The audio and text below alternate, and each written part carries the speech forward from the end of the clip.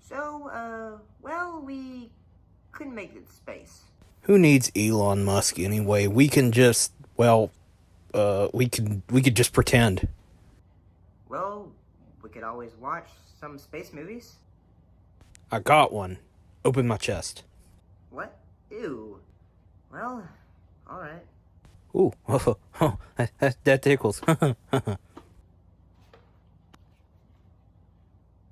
Come on, it'll be fun. StarCrash. Okay. Let's review it. Greetings and salutations. How's everybody doing? Yeah, no, my hair's a bit redder than usual. But today's film is on StarCrash. It's a 1978 space opera film. It was directed and also created and written by Italian filmmaker Luigi Cosi. Starring Mario Gortner, Caroline Munro, Christopher Plummer, and David Haseleoff and Joe Spinell. And it is, regarded as, at the time, a cash-in from the success of Star Wars, which had came out, like, say, recently, like, in that time period. So like I said, the cast includes Caroline Munro as Stella Star, Mario Gortner as Akaton. He was the Stella's psychic. He had mystical powers and stuff. Judd Hamilton as Eli. He was basically, in a way, he's kind of like the C-3PO of this film. David Hasselhoff as Prince Simon, and Christopher Plummer, good old Canadian guy, as the Emperor. He's the bad guy of the film. And Joe Spinell as Count Zarf, and Robert Tesser as Thor, Chief of the Imperial State Police, and Nadia Cassier Carell, Queen of the Amazon women. So basically, in the film, how would I describe this film? Basically, as a cash-in of Star Wars, an evil villain is trying to, what else but try to rule the galaxy, and our two heroes are trying to stop him. At times they get arrested, and then they have to, we realize, oh hey, now here's our backup, and now we gotta stop the bad guy. So, I'm gonna be honest, after doing some of this research, the entire gosh darn time, I thought that Joe Spinell, I thought Christopher Plummer was the bad guy. But that's actually Joe Spinell. Yeah, so that entire time I thought, oh, so Christopher Plummer's the bad guy. But no, he's actually the father Hasselhoff's character, who at times doesn't come in till, like, say, I'm gonna say last 20 or 15 minutes of the film. Like, probably 20 minutes of the film. The third act. And, like I said, this film is a cash-in on Star Wars. My gosh, this film is it is extremely shameful with its, ripping off of Star Wars. Well, I mean, at least we don't get our own Millennium Falcon. But I'm gonna say that the spaceships for this film actually are kind of cool looking.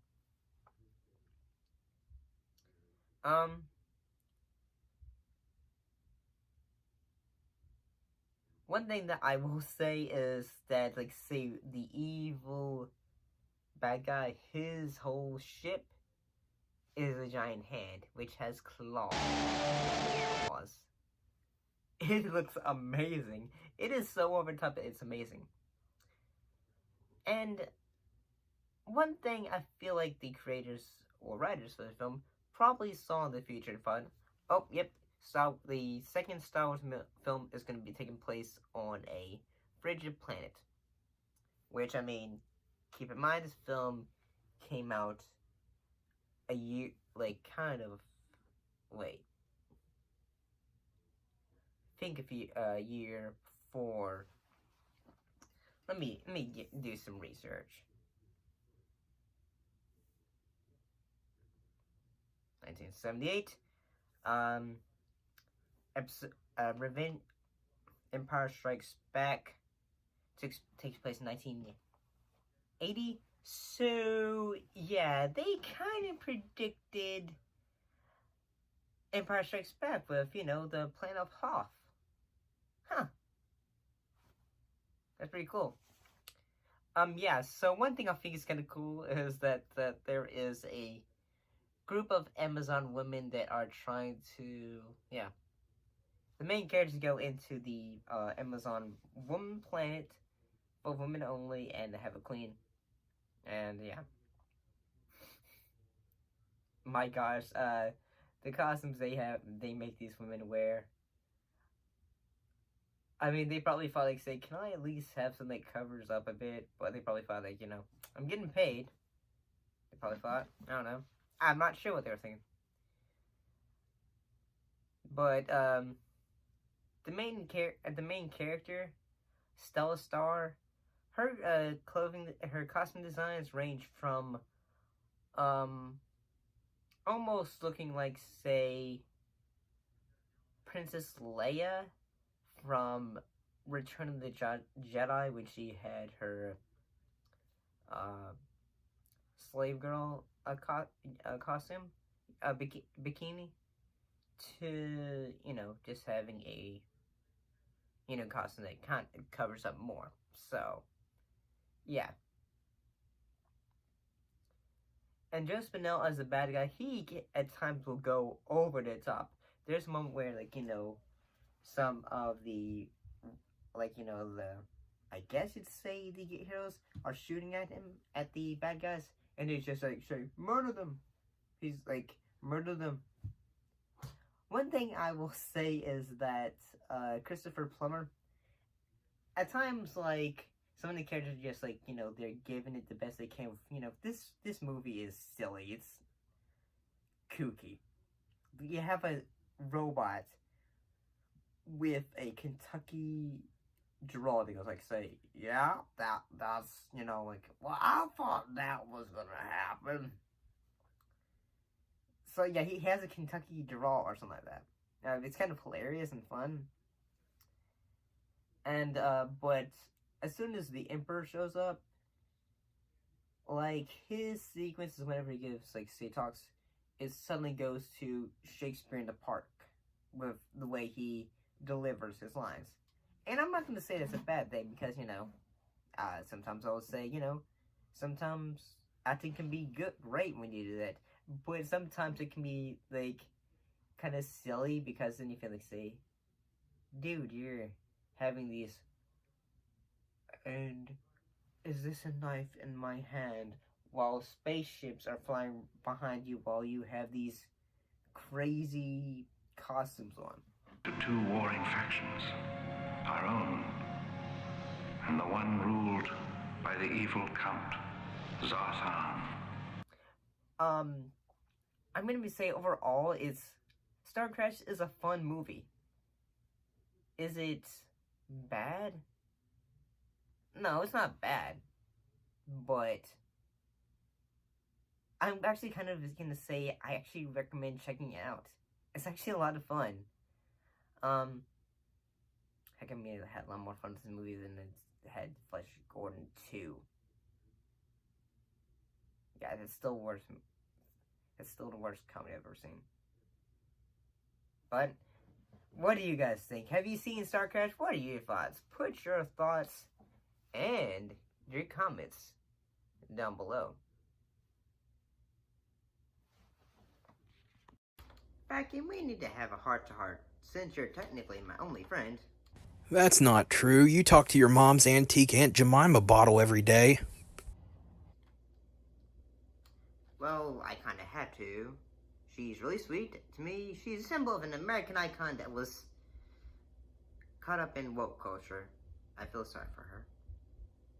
Okay, what about that Mrs. Butterworth Oh, heck bottle yes, in the she's trying to pour pantry? syrup on my lap. Fine, let's talk. Let's have a heart-to-heart. Tell me what's on your mind. Vacuum, I'm gay. Say something, Vacuum. That's, Say something! yeah, I support you coming out. I mean, yeah. But, listen, son. I support you coming out as gay, okay? That's, huh. You're just right to the point, aren't you? Well, yeah, I support you. I do.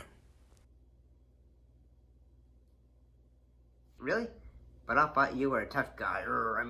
Vacuum who didn't support that kind of stuff. Wow, I didn't think it would be this rough to have a conversation with a human. I support you 100%. I've always suspected that you were this way for a while, and I support you. I'm not going to judge you. It takes a real man to come out and say that. So I'm sorry for calling you a pansy. Oh.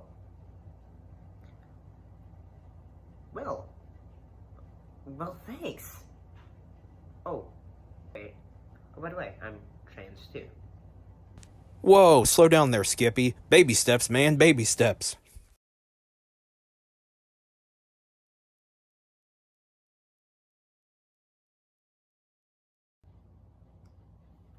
Yeah, I know. I don't actually have the movie.